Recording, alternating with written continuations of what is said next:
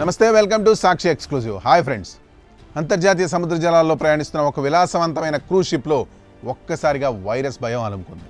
Hanta virus అనే ఈ ప్రమాదకరమైన వైరస్ వ్యాప్తి చెందుతున్నట్లు గుర్తించడంతో ఆ నౌకలో ఉన్న ప్రయాణికులు ప్రాణభయంతో వణికిపోయారు. ఈ క్రమంలోనే ఆ షిప్లో ఉన్న 2 భారతీయులను అత్యవసరంగా నెదర్లాండ్స్కి తరలించడం ఇప్పుడు అంతర్జాతీయ స్థాయిలో, ముఖ్యంగా భారతదేశంలో చర్చనీయాంశంగా మారింది. అసలు ఈ హంటా వైరస్ అంటే ఏంటి, ఆ క్రూజ్ షిప్లో ఏం జరిగింది, ఆ 2 భారతీయుల పరిస్థితి ఎలా ఉంది, ఆ వివరాలను ఈ వీడియోలో చూద్దాం. వీడియో అయితే ఎక్కడ స్కిప్ అవ్వకుండా చూడండి.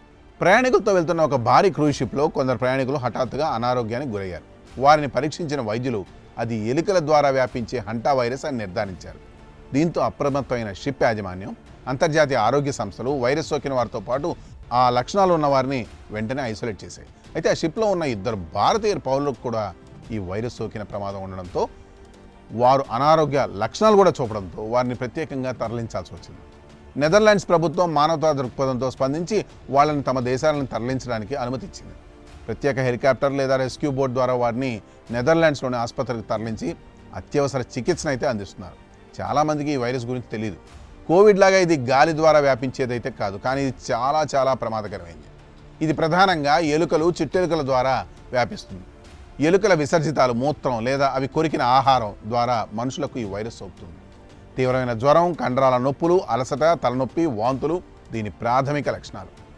పరిస్థితి విషమిస్తే ఊపిరితిత్తుల్లో నీరు చేరి శ్వాస తీసుకోవడం కూడా కష్టమవుతుంది.